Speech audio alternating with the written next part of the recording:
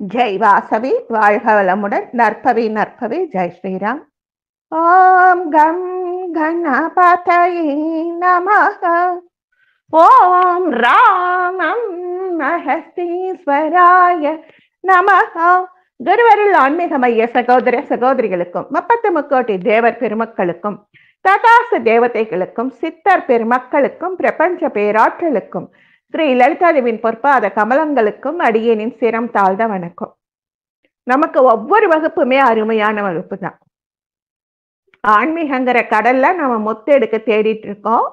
இன்னைக்கு ரொம்ப ரொம்ப ரொம்ப அருமையான வகுப்பு. பொதுவா இது மாதிரி வாட்ஸ்அப்ல வந்தா நான் ஏத்துக்க மாட்டேன். ஆனா ஒரு குரு மூலமாக எனக்கு இந்த தகவல் அவங்க இன்னைக்கு கொடுத்தாங்க.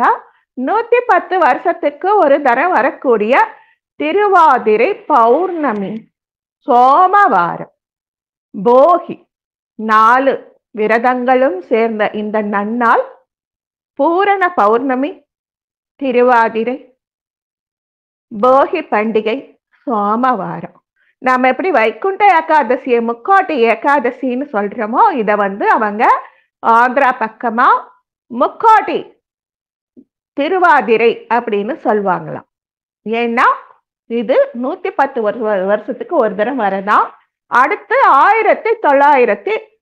2050க்கு தான் வருதான்.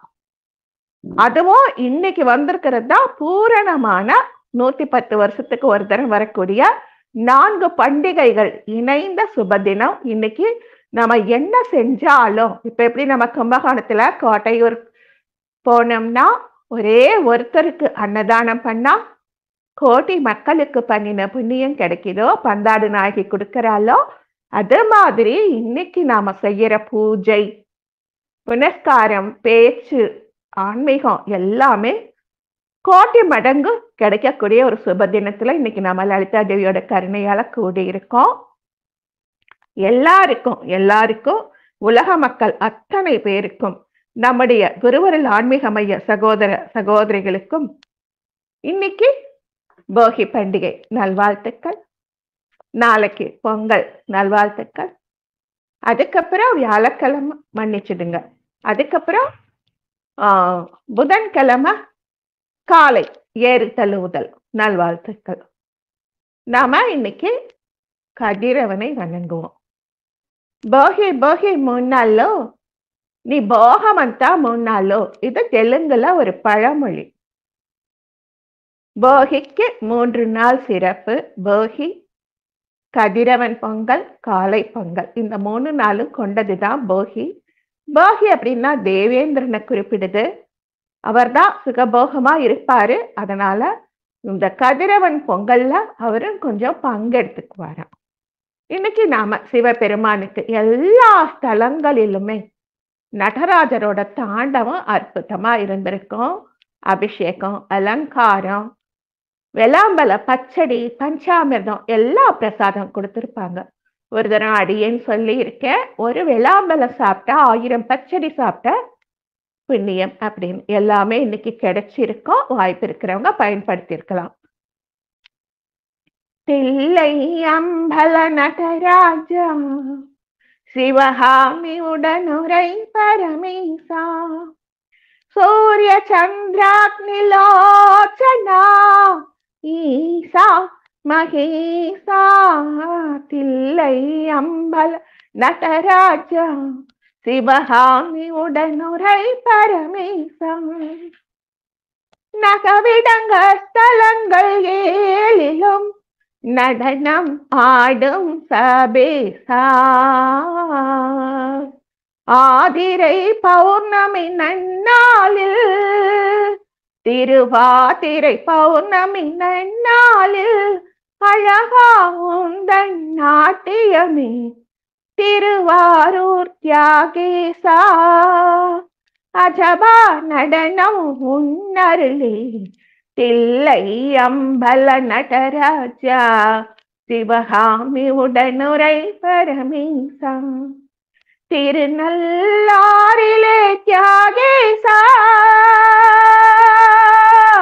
திருநள்ளாரிலே தியாகேசா, உன்மத்த நடனம் கண்டோமே திருநாகை கோகரணத்திலே சுந்தர விடங்கா அலைகளின் மேலே தாமரை போல் தத்தி தத்தி தத்தி தத்தி ஆடுவையின் பாராவாரண தரங்கமின் திருக்காராயில் தலத்திலே கோழி நடனம் ஆடும் விடங்கா குக்குட நடனமே தியாகேசா திருக்கோளிலி எனும் திருக்குவளை தனில் அவனி விடங்கா பிருங்க நடனம் ஆடும் ஈசா பரமேசா திருவாய்மோர் நடனமே கமலம் நடனம் நீல விடங்கா வேதாரண்யம் ஸ்தலத்திலே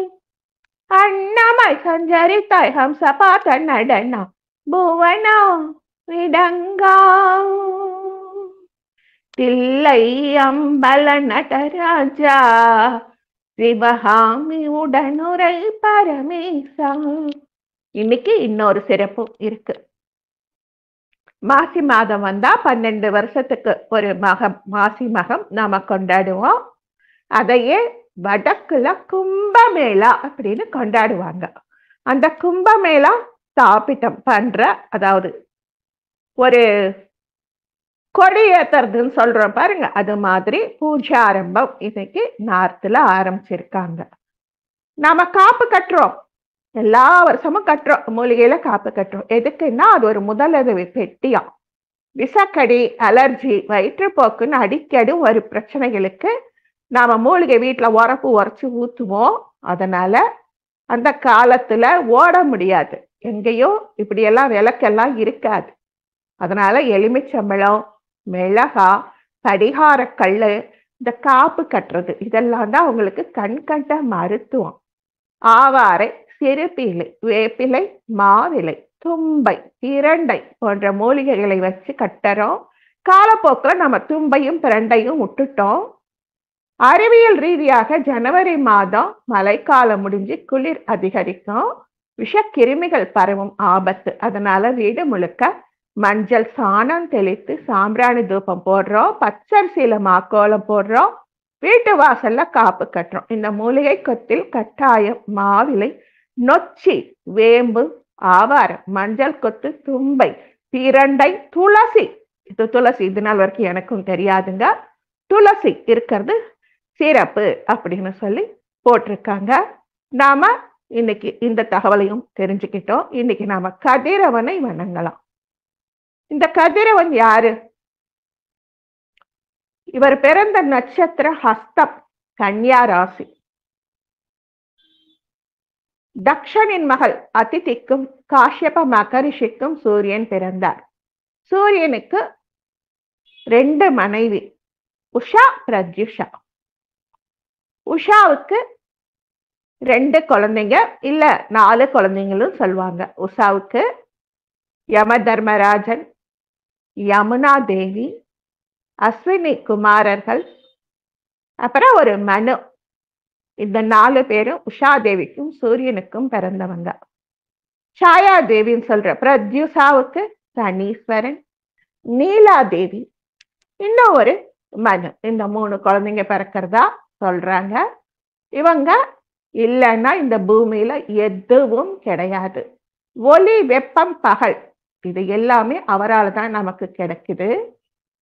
நவ கிரகங்கள் தலைமை அதிபதியா இவர் இருக்காரு.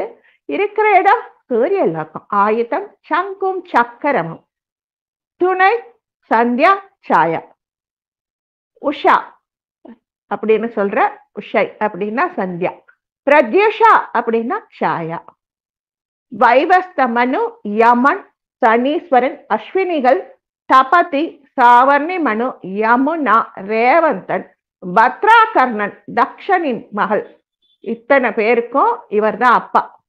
வைவஸ்த மனு, யமன், சனீஸ்வரன், அஸ்வினி தேவர்கள், தபதி, சாவர்ணி மனு, யமுனா தேவி, ரேவந்தன், பத்ராகர்ணன் அப்படிங்கிறவங்களுக்கு இவர் தந்தை.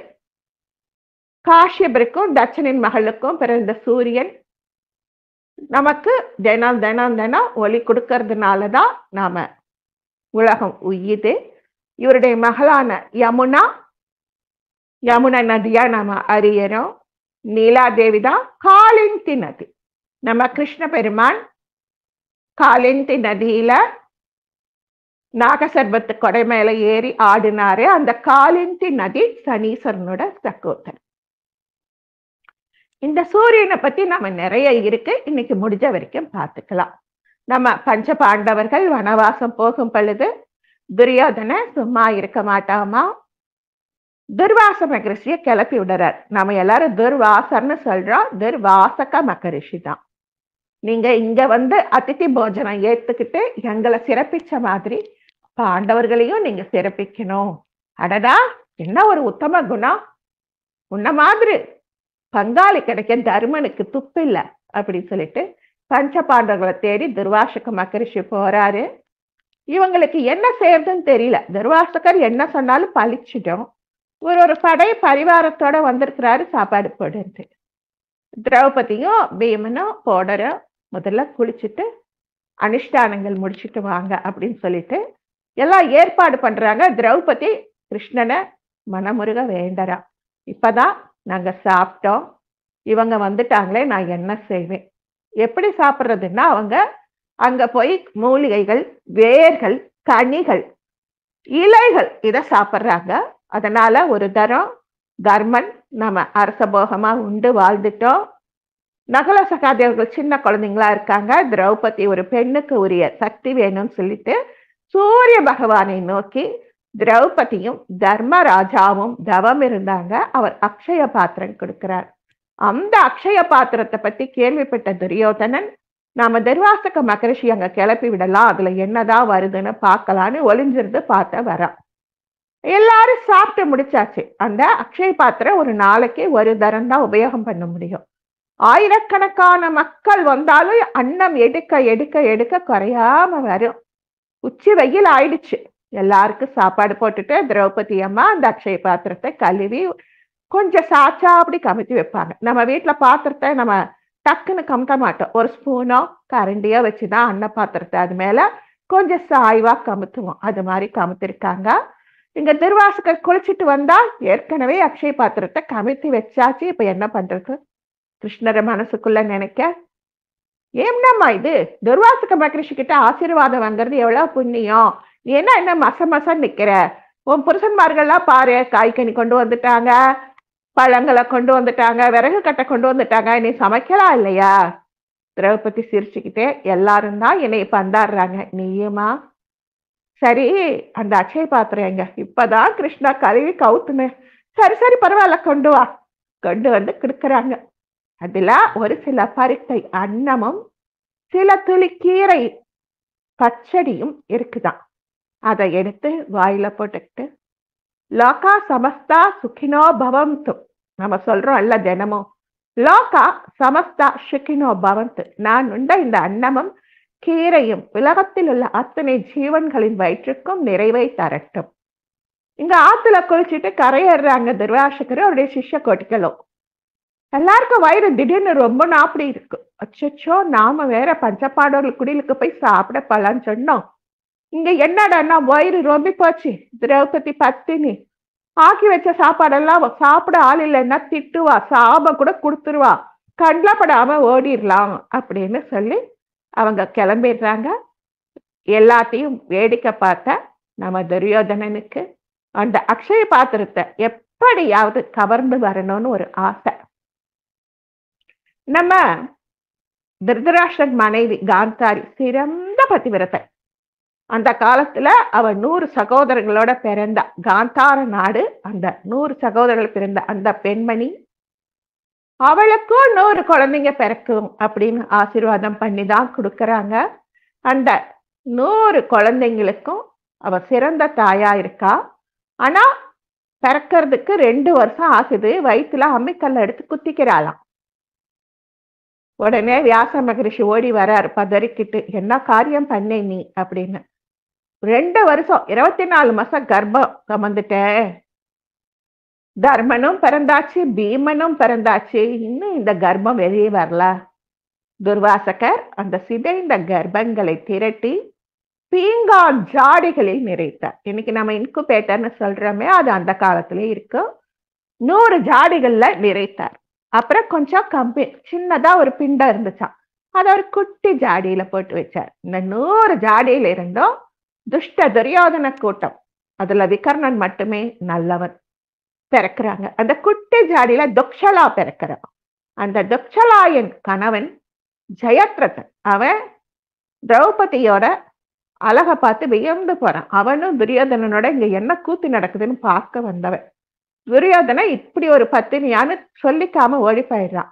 இந்த ஜெயத்ரதன் திரௌபதி மேல மோகித்து அவளை நெருங்குறான். எல்லாரும் அப்பதான் துர்வாசக மகரிஷி கிளம்பிட்டாருன்னு அவங்கவுங்க வேலையை அவங்கவுங்க போய் பார்க்க ஆரம்பிக்கிறாங்க. திரௌபதி இலையெல்லாம் போட்டு வீணா இருக்கக்கூடாது, சாஸ்திரத்துக்கு ஆகாதுன்னு வெத்து இலை இருக்கக்கூடாதுன்னு அந்த பந்திக்கு விரிச்ச அந்த இலைகளை எல்லாம் எடுத்து ஒவ்வொன்றா அடுக்கி எடுத்து உள்ள வச்சிட்டு இருக்காளாம்.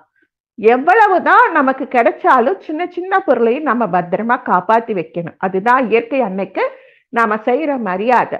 அவிழ்ந்த கூந்தல் தரையில் விழுந்து புரள அன்னமென அசைந்த திரௌபதியை ஜெயத்ரதன் பார்க்கறான். இவனை எப்படியாவது 5 புருஷன் இருக்கா, நாமளும் ஒரு புருஷனா இருக்கலான்னு கெட்ட எண்ணத்தோட நுழையறான். அவ கத்தி கூச்சால் போட பஞ்ச பாண்டவர்கள் ஓடி வராங்க. அவனை கொல்லணும்னு பீமனும் அர்ஜுனனும் முற்பட தர்மர் சொல்றாரு, வேண்டாம், என்ன இருந்தாலும் தங்கை புருஷன், நம்ம தங்கைக்கு நாம இந்த கோலத்தை கொடுக்க கூடாது. அதனால என்ன செய்யறாங்க, அவனை தலைய மொட்டை அடிச்சு 5 இடத்துல 5 குடுமி பஞ்ச பாண்டவர்களுக்காக வச்சு அனுப்பி விடுறாங்க. எல்லாமே கிருஷ்ணர் வேடிக்கை பார்த்துக்கிட்டு ரசிச்சு நிக்கிறாராம். அந்த அன்ன பாத்திரத்தின் மகிமை இப்படி இருக்கு. இந்த சூரியனார் நிறைய நிறைய நிறைய நமக்கு இன்னி வரைக்கும் அவர் தாங்க கொடுக்கிறார். அவர் கெட்டவங்கன்னு பார்க்கறது இல்ல, நல்லவங்கன்னு பார்க்கறது இல்ல. சூரிய நமஸ்காரம் இப்ப வழக்கொழிஞ்சு போயிடுச்சு. நாமெல்லாம் பூர்பவசுவ சொல்றதோட சரி, சூரியனின் 12 திருநாமங்களை சொல்வதோடு சரி.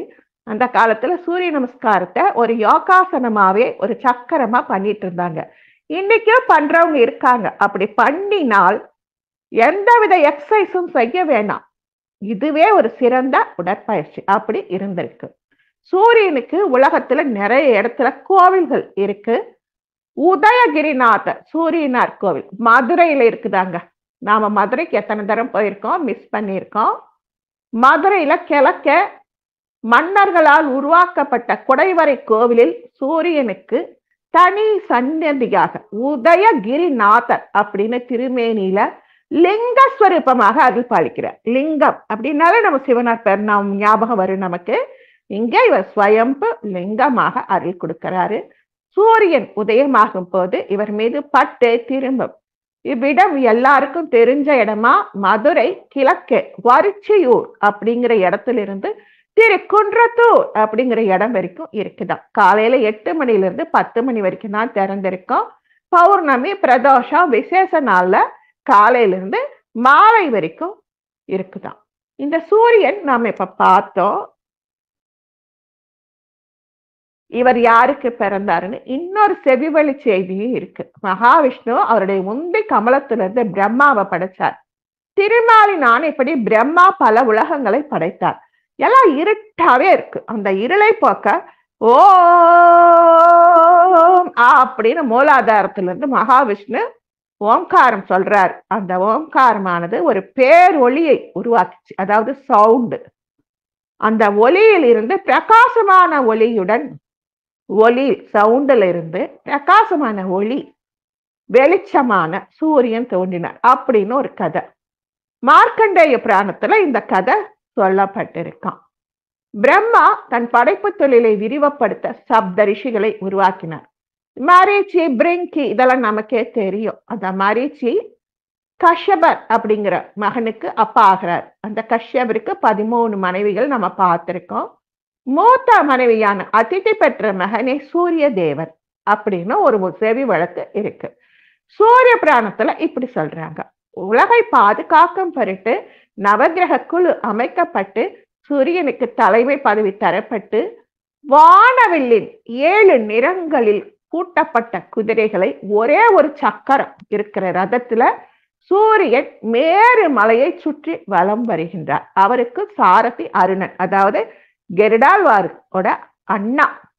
வினதாவுக்கும் கஷ்யபருக்கும் பிறந்தவங்க தான் அருணன், கெருடாழ்வார். அந்த அருணன் ரத சாரதியா இருக்காங்க. சூரியனுக்கு சமுஞை, பிரபை, ரைவத இளவரசி, சாயாதேவி அப்படிங்கிற மனைவிகளும் இருக்காங்க. அவங்களுக்கு நாம ஒரு தரம் பார்த்திருக்கோம். ராவத்த நல்வரப்போ ஸ்வர்ச்சலா அப்படிங்கிற மகள் இருந்தால் அவளை ஹனுமனுக்கு கல்யாணம் பண்ணி வச்சு நவ வியாக்கரண பண்டிதரா பண்ணினார் அப்படின்னு சொல்வாங்க. சந்தியா தேவிக்கு சூரியனோட வாழ முடியல, அந்த வெப்பத்தை தாங்க முடியல. அவளுடைய அப்பாவான விஸ்வகர்மா கிட்ட போய் கேட்கிறா, என்னால சூரியனின் வெப்பத்தை சகித்து உறவாட முடியவில்லை அப்பா, நான் என்ன செய்வேன்? தவம் பண்ண காட்டுக்கு போறேன். போறவ சும்மா போகல, தன்னுடைய நிழல் ஒண்ணு உருவாக்கி, அவருடைய உடம்புல இருந்து நிழல் வருது இல்ல, அந்த நிழலை சாயாதேவின் பட்டம் சுட்டி தன்னை மாதிரியே அழகே உருவாக அனுப்பிச்சு வச்சிடறான். அந்த சாயாதேவி தான் சூரியனோட இரண்டாம் மனைவி. தவம் முடிஞ்சு இவ வர்றதுக்குள்ள சூரியனாருக்கு இந்த விஷயம் தெரிஞ்சு போய் காட்டுக்கு நம்ம சூரிய தேவன் சந்தியா தேவி தேடி போறார். சந்தியா சூரியனை பார்த்தது தப்பிச்சு ஓட, குதிரை வடிவம் எடுத்து ஓட, சூரியனும் குதிரை வடிவம் எடுத்து ஓட, 2 பேருக்கும் பிறந்த பிள்ளைகளிலே அஸ்வினி குமாரர்கள். அந்த அஸ்வினி குமாரர்களை இவங்க மறைச்சே வைக்கிறாங்க. ஏன்னா அவங்க அஸ்வினி குமாரர்கள்னாலே நமக்கு தெரியும், குதிரை முகத்தோடு தான் இருப்பாங்க. அந்த அஸ்வினி குமாரர்களை இவங்க மகன்களாகவும் ஏத்துக்கலாம், இவங்க தேவர்கள் வரிசையிலையும் கொண்டு வரல.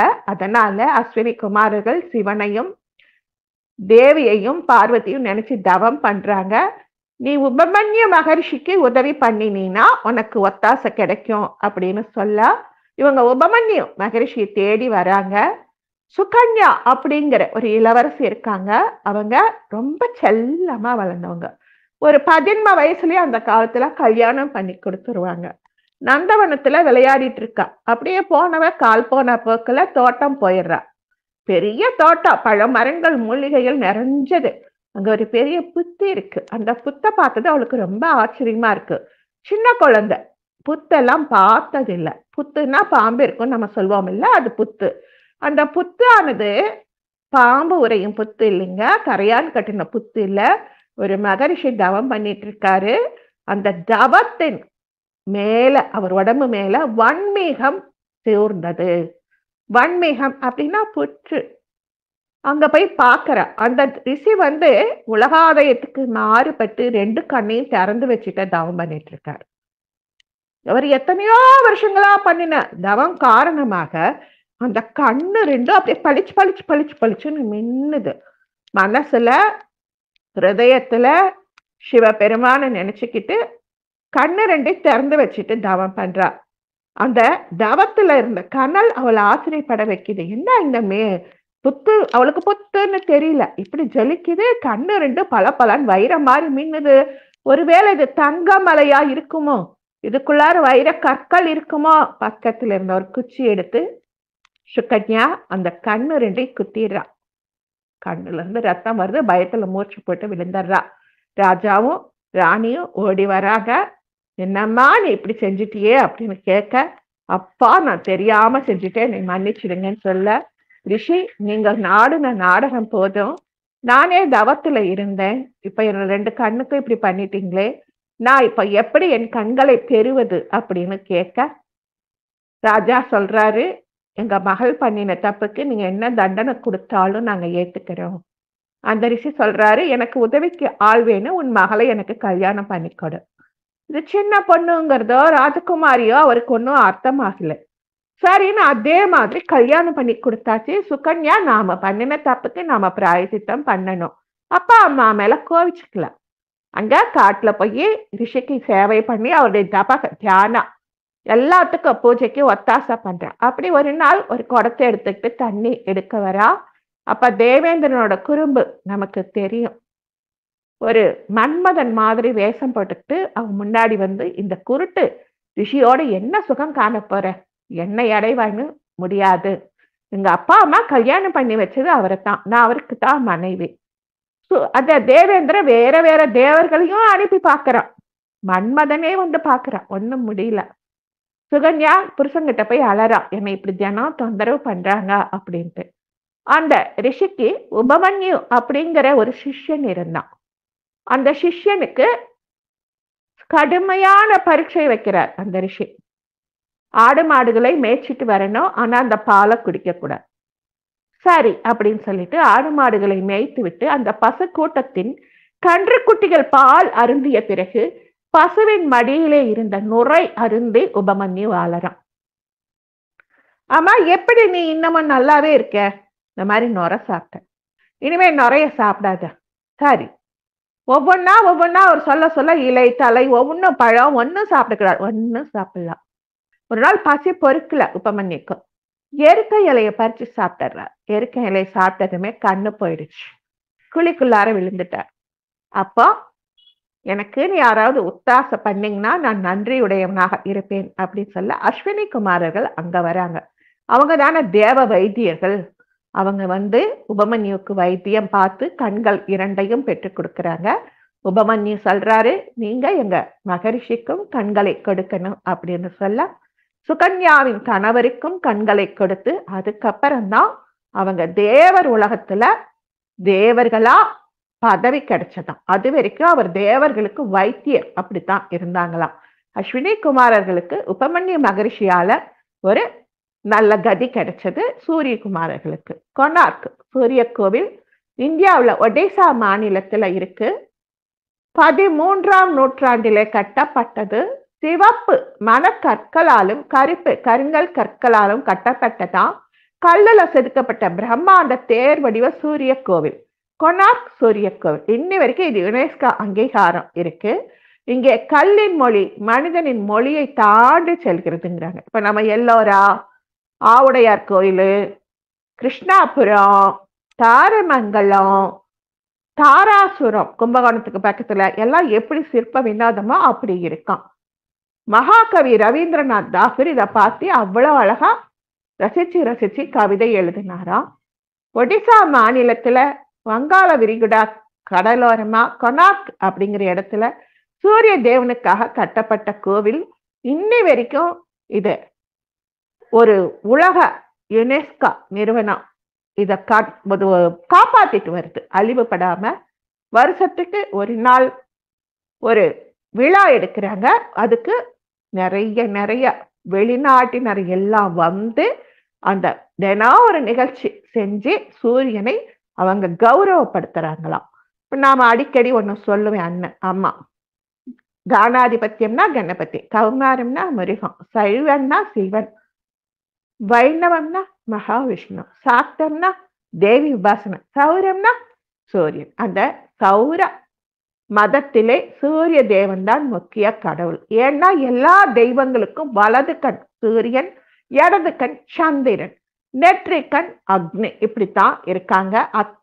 அத்தனை விதமான கடவுள்கள், நடனமாடு மங்கையர்கள், குதிரைகள், யானைகள், சிங்கங்கள் எல்லாமே அந்த கொனார்க் சூரிய கடவுளுக்கு அர்ப்பணிக்கப்பட்ட ஏக்கரா கணக்குல இருக்கான். அங்க அத்தனை சிற்பங்களும் அழகா இன்னைக்குத்தான் செதுக்குன மாதிரி இருக்கான். கோவிலோட முன்பகுதியில நாத மந்திர மண்டபம் சிற்பம் இருக்கான். நாதம்னா சவுண்ட், அதாவது சரிகம பதனி சொல்றோம்ல, அந்த சரிகம பதனி கல்லுல தட்டுனா நம்ம ஒரு கோயில்ல கூட வரும். அந்த மாதிரி நாத மண்டபம் ஒவ்வொரு இடத்துலயும் அங்க மிளிருதான். நரசிம்ம தேவனால் கட்டப்பட்ட முழு கோவிலா. இப்ப எல்லாமே காலப்போக்குல பகைவர்கள் அதை இடிச்சிட்டாங்க. சூரிய கோவிலில் உடைந்து விழுந்த சிற்பங்கள் எல்லாத்தையும் கொனார்க் அருங்காட்சியகத்துல சேர்த்து வச்சிருக்காங்களாம். இந்தியாவுல சூரிய தேவனுக்காக அமைக்கப்பட்டு எஞ்சி நிற்கும் கோவில் சூரியனார் கோவில் கொனார்க். இந்த கோவிலை யுனெஸ்கோ அமைப்பு உலக பண்பாட்டு சின்னமாக 1984 சொன்னாங்களாம். இன்னி வரைக்கும் அதை அற்புதமா பராமரிச்சுட்டு வராங்க. கொனார்க்ல ஒவ்வொரு வருஷமும் பிப்ரவரி மாதம் நடைபெறும் மகா சப்தமி விழா பிரசித்தம். சூரிய தேவனை தரிசிக்க லட்சக்கணக்கான பேர் வராங்களாம். டிசம்பர் மாதத்துல சூரிய கோவில் முன் நடன திருவிழா நடக்குதான். ஆட்டம் பாட்டம் கொண்டாட்டம் நிறைந்த திருவிழா. புவனேஸ்வரில் இருந்து 65 கிலோமீட்டர், பூரியில இருந்து 35 கிலோமீட்டர் கொனார்க் அமைந்துள்ளது. முக்கிய நகரத்திலிருந்து எல்லா வழியிலையும் நாம போயிட்டு வரக்கூடிய அளவுக்கு சந்திரபாகா கடற்கரை பக்கத்துல ஒரு சுற்றுலா தலமாக இது விளங்குது. சூரியன் அங்க அர்த்தநாரி சூரியனா, சூரியன் மகாவிஷ்ணு சூரியனா, சூரியன் அப்படியே நம்ம லலிதா தேவிக்காக 9 மனை கட்டுன்னு ஒண்ணு பார்த்தோம். நாம ஒரு தடவை ஒரு வகுப்புல 9 மனை கட்டு அப்படின்னு பார்த்தோம். இந்த உடம்புல இருக்கிற 9 மையங்களை குறிக்கக்கூடிய அந்த மண்டலம் எப்படி லலிதா தேவிக்கு ரொம்ப பிரசித்தியோ அதே மாதிரி இங்க சூரியனுக்காக 12 ஆதித்யர்கள் நிர்வகிக்கும். ஆதித்யர்கள்னா ஒவ்வொரு மாசமும் சூரியனுக்கு ஒவ்வொரு பேர் இருக்குதுங்க. அந்த 12 ஆதித்யர்கள் நிர்வகிக்கும் அந்த மண்டலங்கள் அங்க அப்படியே சிற்பமாக செதுக்கப்பட்டிருக்கான். இந்த 12 ஆதித்யர்களும் இன்னைக்கு உலகம் இயங்கும் வரையும் ஒவ்வொரு மாசத்துக்கு சித்திரை மாத விஷ்ணு, வைகாசி மாத அரியமான் ஒவ்வொன்றும் வரும். இந்த நம்ம பஞ்ச பாண்டவர்கள் உபயோகித்த இந்த அக்ஷய பாத்திரம் என்னாச்சு? அவங்களுக்கு அப்புறம் அந்த மணிமேகலை கைக்கு போச்சு. கோவலன் கண்ணகி பிரிவுக்கு காரணம் மணிமேகலை, மன்னிச்சிடுங்க மாதவி. அதை உணர்ந்த மணிமேகலை துறவு பூண்டு அவ ரொம்ப தவம் பண்ற மாதிரி அப்படி இருந்தாலாம். நம்ம தமிழன்னைக்கு 50 காப்பியங்களே சிறந்த ஆபரணங்கள்னு சொல்லுவோம். அவங்க கரங்களை அலங்கரிப்பது வளையாபதி, தலையிலே அணிந்திருப்பது சிந்தாமணி, இடையிலே அணிந்திருப்பது மணிமேகலை, செவிகளிலே அணிந்திருப்பது குண்டலகேசி, காலிலே அணிந்திருப்பது சிலப்பதிகாரங்கிற சிலம்பு. இதைத்தான் அவங்க வச்சிருக்கிறாங்க. அந்த அச்சய பாத்திரம் மணிமேகலை கைக்கு கிடைக்குது திரௌபதி அம்மாவுக்கு அப்புறம். அந்த அச்சய பாத்திரமே எல்லாரோட பசிப்பினியை போக்கி அவங்க காப்பாத்தி வர்றாங்க. அவங்களுக்கு முன்னாடி அது ஆபுத்திரன் கையில இருந்ததாக அவ ஒரு செவிவழி கதை சொல்றாங்க. மணிமேகலை கையில அமுத சுரப்பி சேர்ந்ததும் காவேரி பூம்பட்டினம் துறவு கோலம் பூண்டு ஆதிரை என்னும் கற்பில் சிறந்தவளிடம் முதலில் பிச்சை கொடுத்தாலாம். உலகமெல்லாம் பசிப்பினி நீங்குக அப்படின்னு கூறி பிச்சை இட்டாலாம். அதிலிருந்து ஒரு பிடி சோறு வாங்கி காயச்சண்டிகை அப்படிங்கிற அமரலோகத்தை சேர்ந்த பெண் ஒருத்திக்கு இருந்த தீரா பசி விடுதலையாச்சான். மணிமேகலை ஊரம்பலம் சேர்ந்து பலருக்கும் பசிப்பினியை போக்கி வந்தாள். சிலப்பதிகாரம், மணிமேகலை, குண்டலகேசி, வளையாபதி, சீவக்க சிந்தாமணி இந்த 50 காப்பியங்களே ஒன்றிணைந்து பாரத மாதாவின் அணிகலன்களாக சொல்லப்படுது. நம்முடைய மணிமேகலைக்கு அப்புறம் ஆபுத்திரன் கைக்கு இது போச்சு அப்படின்னு சொல்றாங்க. இல்ல ஆபுத்திரன் கையில இருந்துதான் மணிமேகலை கைக்கு போச்சு அப்படின்னு சொல்றாங்க. இந்த கால வித்தியாசம் எப்படி இதுல வருதுன்னு எனக்கு சொல்ல தெரியல. இந்த ஆபுத்திரன் ஒரு பசுவின் வயிற்றிலிருந்து பிறந்தானா. அந்த காலத்துல பசுவை கொண்டு போய் பலி கொடுப்பாங்களாம். அந்த பசுவை பலி கொடுக்கறவங்களுக்கு தெரியாம ஆபுத்திரன் கொண்டு காப்பாத்துறான். அதனால ஆபுத்திரனின் வளர்ப்பு தந்தை, ஏன்னா ஆபுத்திரனே கோமாதா கிட்ட இருந்துதான் வந்தான், அதனாலதான் அவன் பேரு ஆபுத்திரன். அவனுடைய வளர்ப்பு தந்தை ரொம்ப கோபம் நீ வீட்டை விட்டு போ, அடுத்தவங்க விஷயத்துல நீ ஏன் தலையிடுறேன்னு கல்வா அப்படின்னு திட்டிடுறார். அதனால அவனுக்கு யாருமே உதவி பண்ணல. வீட்டை விட்டு விரட்டினதுனால பிரம்மச்சாரியா பிச்சை கேட்டு வந்தா உணவை போடாம கல்லும் மண்ணும் அள்ளி போட்டாங்களாம். மனம் வருந்திய ஆபுத்திரன் தென் மதுரை சென்று சிந்தாதேவி கோவில்ல தங்கிக்கிட்டு எல்லா வீட்டுக்கும் போய் பிச்சை எடுத்து வந்தார். அது எடுத்ததை காண முடியாதவர், கேட்க முடியாதவர், நடக்க முடியாதவர், பேரினர் இல்லாதவர், நோய்வாய்ப்பட்டோர் எல்லாருக்கும் கொடுத்துட்டு மிச்சம் மீதி இருந்தா சாப்பிடுவாராம். அப்பா சில பேர் இவருக்கு பாத்திரத்துல உணவு முடிஞ்சு போனதுக்கு அப்புறம் பெரும் பசியா இருக்கு அப்படின்னு சொல்லிட்டு கேக்குறாங்க. என்னடா பண்றதுன்னு சிந்தா தேவி கிட்ட போய் அவர் கேட்க, அவங்க கையில இருந்து பாத்திரம் ஒன்று அவங்க கையில கொடுத்து, இதுல இருந்து உணவு அல்ல வந்துகிட்டே இருக்கும், நீ எல்லாருக்கும் தானம் பண்ணு அப்படின்னு சொல்ல, இத பார்த்த தேவேந்திரன் ஆபுத்திரனின் கொடையால் இந்திரனின் அரியணை ஆட்டம் கண்டது. ஆபுத்திரனை ஒடுக்க அந்தணன் உருவிலே வந்து, நான் உனக்கு என்ன வர வேணாலும் தரேன், உன்கிட்ட இருக்கிற கடிங்கை கொடு, அதாவது அந்த கலையம், அந்த அக்ஷய பாத்திரத்தை கொடு அப்படின்னு சொல்றான். ஆபுத்திரன் இது சிந்தா தேவி கொடுத்தது, நான் உனக்கு தரமாட்டேன் அப்படின்னு சொல்ல, தேவேந்திரன் கோபப்பட்டு 12 ஆண்டுகள் யாருமே பசி இல்லாம வாழ வரன் கொடுத்துட்டு போயிடுறாரு. இது இப்படியாகவும் அந்த பாத்திரத்தை எடுத்துக்கிட்டு ஊர் ஊரா போறாரு. வங்க கப்பலில் இருந்து வந்த சிலர் சாவகத்தீவு மக்கள் பசியால் வாடுவதாக கூற சாவகத்தீவுக்கு வங்கத்துல போறார். இது அந்த காலத்துல எல்லாருமே போகணும்னா தீவு போகணும், எப்படி போகணும், நாடு போகணும்னாலும் கப்பல் தான். மத்தியில அந்த கப்பல் கொஞ்சம் பாய்மர படகு, அந்த பாய்மர கிழிஞ்சிடவும் மணிப்பல்லவத்தீவுல இறக்கி சரி பார்க்கறாங்க. அங்க இறங்கினவன் யாராவது பசியோடு இருந்தா சாப்பாடு போடலாம் அப்படின்னு தேடுறான். அந்த கப்பல் தலைவன் இவன் மறுபடியும் கப்பல்ல ஏறிட்டா நினைச்சிட்டு கப்பலை ஓட்டிட்டு வந்துடுறாரு. மணிப்பல்லவத்தீவிலே மக்களே இல்லை. கடவுள் நமக்கு அச்சய பாத்திரம் கொடுத்தாரு, இத உயிர் வாழ ஜனங்களுக்கு கொடுக்க நாம முயற்சி பண்ணோம். இங்க யாருமே இல்லை, நாம மட்டும் சாப்பிட்டுட்டு இந்த தீவுல தனியா ஏன் சாகணும் அப்படின்னு சொல்லிட்டு சாப்பிடாமையே அந்த தீவில் இருந்த கோமுகி அப்படிங்கிற பொய்கையில போட்டுட்டு உண்ணாமலே இருந்து உயிர் திறந்தார். இந்த அமுத சுரபி தான் மணிமேகலை கைக்கு வந்தது அப்படின்னு சொல்றாங்க. சாவகத்தீவில் இருந்த தவளமால் வரையிலே மன்மோகன் என்னும் முனிவன் தவம் பண்ணிக்கிட்டு இருந்தாரு. அவர்கிட்ட ஒரு பசு இருந்தது. அதோட குழம்பும் கொம்பும் பொன்னால் ஆனது. அது கன்று ஈனும் முன்பே பால் சுரந்து எல்லாருக்கும் ஊட்டிக்கிட்டு இருந்தது. முக்காலமும் உணர்ந்த அந்த முனிவன் அதன் குடலில் வளராமல் அந்த பசுவின் வயிற்றிலிருந்து ஒரு ஆண் குழந்தையாகத்தான் இந்த ஆபுத்திரன் தோன்றினான் அப்படின்னு சொல்லி ஒரு செவிவழி செய்தியும் வருது. சூரியனுக்கு நாம தினமும் 12 நாமாக்களை சொல்லணும். ஓம் கேசவாய நமக, ஓம் நாராயணாய நமக. கேசவ நாமம் கூறி மித்ரா எனும் மந்திரத்தால் தண்டனித்தோம் நமஸ்காரம். நாராயண நாமம் கூறி ரவி என்னும் மந்திரத்தால் தண்டனிட்டோம் நமஸ்காரம். மாதவா நாமம் கூறி சூர்யா என்னும் மந்திரத்தால் தண்டனிட்டோம் நமஸ்காரம்.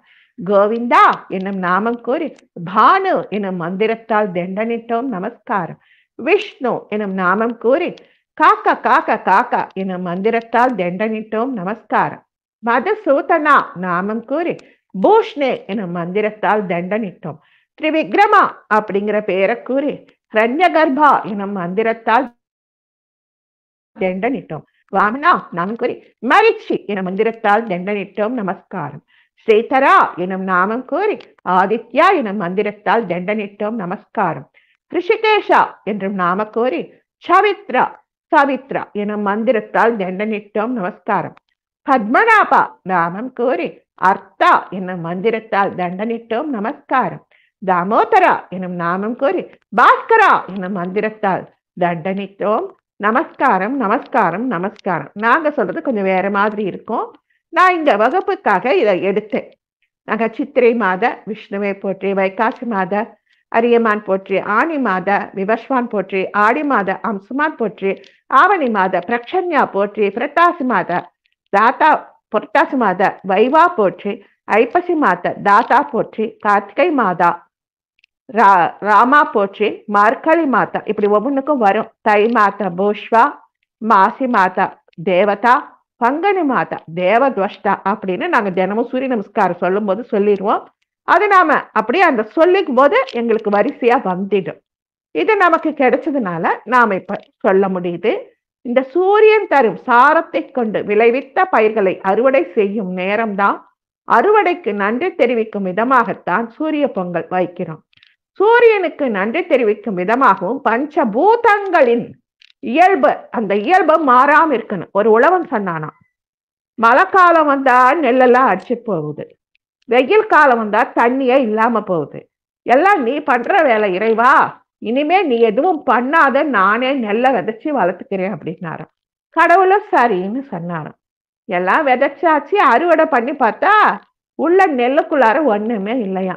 அப்பதான் அவனுக்கு புரிஞ்சுதான், பஞ்சபூதங்களும் அஷ்டதிக்கு பாலகர்களும் தெய்வமும் சேர்ந்தாதான் அரிசி அப்படிங்கிற மணி வரும் அப்படின்னு தெய்வத்துக்கு தண்டனிட்டானா. அதுல இருந்து நமக்கு பொங்கல் அப்படிங்கிறது தெய்வத்துக்கு நாம படைக்கிறோம். நைவேத்தியம் அப்படின்னு ஒண்ணு சொல்றோம். அது என்ன அர்த்தம்? கண்டருள பண்ணுதல். தெய்வத்துக்கிட்ட ஒரு தேங்காய் பழம், சக்கரை பொங்கல், பொங்கல், பாயாசம், ஒரு தீர்த்த பாத்திரத்துல தீர்த்தம் எல்லாம் என்ன பண்றோம்? நைவேத்தியம் வைக்கிறோம்.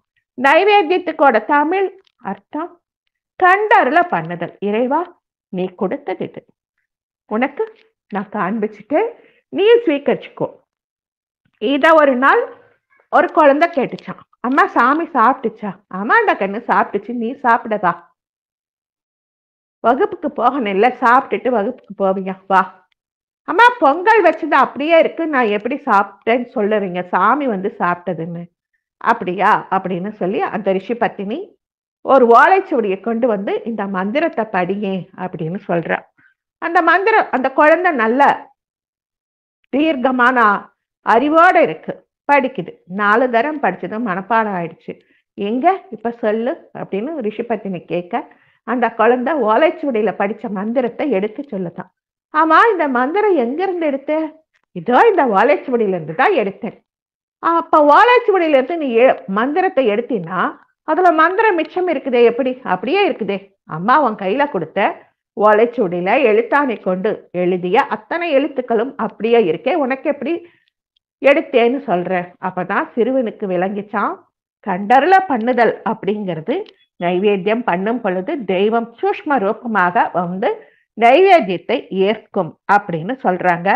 இந்த அறுவடை மாதத்துல புத்தரிசி கொண்டு சர்க்கரை, பால், நெய் சேர்த்து புது பானையில் புத்தடுப்பில் கொதிக்க வைத்து பொங்கல் சோறாக்கி சூரியனுக்கும் இந்த உழவு தொழிலுக்கு உற்சாகமா ஒத்தாசை பண்ற மாட்டுக்கும் படைத்து நாம கும்பிடுறோம். நாம என்னென்ன வாங்கிட்டு வந்தோம் இன்னைக்கு? பூசணிக்காய், வாழையில, வெத்தலை, பழம், சக்கரவள்ளி, மொச்சக்காய் எல்லாம் வாங்கிட்டு வந்து எல்லாத்தையும் சேர்மானம் பண்ணி நாளைக்கு எல்லாத்தையும் எடுத்து நாம பொங்கல் வைப்போம். பொங்கலுக்கு தேவையான வெல்லம், நெய், சர்க்கரை, முந்திரி, ஏலக்காய் எல்லாத்தையும் போட்டு பொங்கல் வச்சுட்டு கூட்டுக்கறியா பரங்கிக்காய் அப்படின்னு சொல்லக்கூடிய இந்த மாதத்தில் வரக்கூடிய சக்கரை வள்ளி கிழங்கு, மொச்சக்காய், சில பேர் அவரைக்காய் கூட போடுவாங்க, எல்லாம் போட்டு வைக்கிறோம்.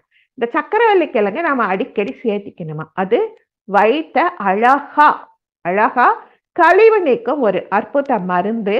நம்முடைய பெரியவங்க அந்தந்த பருவ காலத்துல என்ன விளையுதோ அதை நம்மள சாப்பிட சொன்னாங்க. ஏன் சாப்பிட சொன்னாங்க அப்படின்னா, அந்த சாப்பாடு சரிவிகித உணவா இருக்கணும் அப்படிங்கிறதுக்காக நமக்கு அந்தந்த பருவத்துல விளையக்கூடியதை நமக்கு கொடுத்தாங்க. நாமளும் அதை சாப்பிட்றோம். சாப்பிட்றதுக்கு முன்னாடி இதை நாம தெய்வத்துக்கு படைச்சிட்டு பார்ப்போம். நாம பஞ்சாங்க தினம் படிக்கிறோம். திதி, வார, யோக, நட்சத்திர, கணம் இதெல்லாம் பார்க்கிறோம். அதனால சந்திரனுக்கு மாதஸ்தானம் மனோகாரத்துவம்னு இருக்குதுன்னு சொன்னோம். இந்த சூரியனுக்கு பித்ருஸ்தானத்துல அப்பாவா இருக்கார் அப்படின்னு சொல்றோம். இப்படி நடக்கிறதுனால இந்த சூரியன் தெய்வத்துக்குள்ளே நவகிரகங்களுக்குள்ளே முதன்மையானவனாய் வருகிறான். ஏக சக்கராதிபதியாக இருக்கிறான். அந்த ஏக சக்கராதிபதியில ஒரு சக்கரத்துக்கு 24 ஆரங்கள் இருக்குமா. சில சூரியனின் தேர்கள்ல 2 சக்கரம் இருக்கும், 6 ஆரங்கள் கொண்டதா இருக்கும். நம்ம தை மாசத்துல இருந்து ஆடி மாசம் வரைக்கும் உத்தராயண புண்ணிய காலம், ஆடி மாசத்துல இருந்து தை மாசம் வரைக்கும் தட்சிணாயன புண்ணிய காலம் அப்படின்னு நாம எல்லாத்தையுமே நமக்கு தெரிஞ்சுக்கிறதுக்காக பெரியவங்க சிற்பத்துல செதுக்கி, ஏன்னா இப்பதான் நமக்கு புஸ்தகம் இருக்கு, செல்போன் இருக்கு, ஓலைச்சுவடி எல்லாம் பிற்காலத்துல வந்தது. நாம என்னென்ன தெரிஞ்சுக்கணுமோ அதை கல்வெட்டுல அவங்க பொறிச்சு வச்சாங்க, கோவிலாக கொடுத்தாங்க. நம்முடைய அதே மாதிரி இன்னைக்கு ஆருத்ரா ரொம்ப பெரிய அலைக்கற்றையாம். ஒரு பூமியில் ஆகாசத்துல இருந்து வரக்கூடிய ஒளிக்கற்றைகளை வாங்கித்தான் நம்ம சித்தர்களும் ஞானிகளும் தவசீலர்களும் மந்திரங்களை நமக்கு தொகுத்து கொடுத்தாங்க. அது மாதிரி பார்க்கும் பொழுது இன்றைய மார்கழி மாத ஆருத்ரா ரொம்ப ரொம்ப ரொம்ப ரொம்ப பெரிய அலைக்கற்றை பிரபஞ்ச பேரலை நம் பூமிக்கு இன்னைக்கு ராத்திரி வருமா? இருக்கும் இரவுகளில் மிகவும் நீளமான இரவு இதுதானா? இதுக்கு நேர்மறை எண்ணங்களை அதிகமாக நமக்கு கொடுப்பாங்களாம். இந்த பேரலை நேர்மறை எண்ணங்களை அதிகமா கொடுக்குமா? இன்னைக்கு என் கைக்கு கிடைச்சதுல அடியேன் சுருக்கமாக அடியேனுக்கு தெரிந்த வரைக்கும் உங்க கூட பகிர்ந்துக்கிட்டேன். வாய்ப்பு கொடுத்தமைக்கு பிரபஞ்ச பேராற்றலுக்கும் லலிதாதேவின் பொற்பாத கமலங்களுக்கும் அடியேனின் சிரம் தாழ்ந்த வணக்கம்.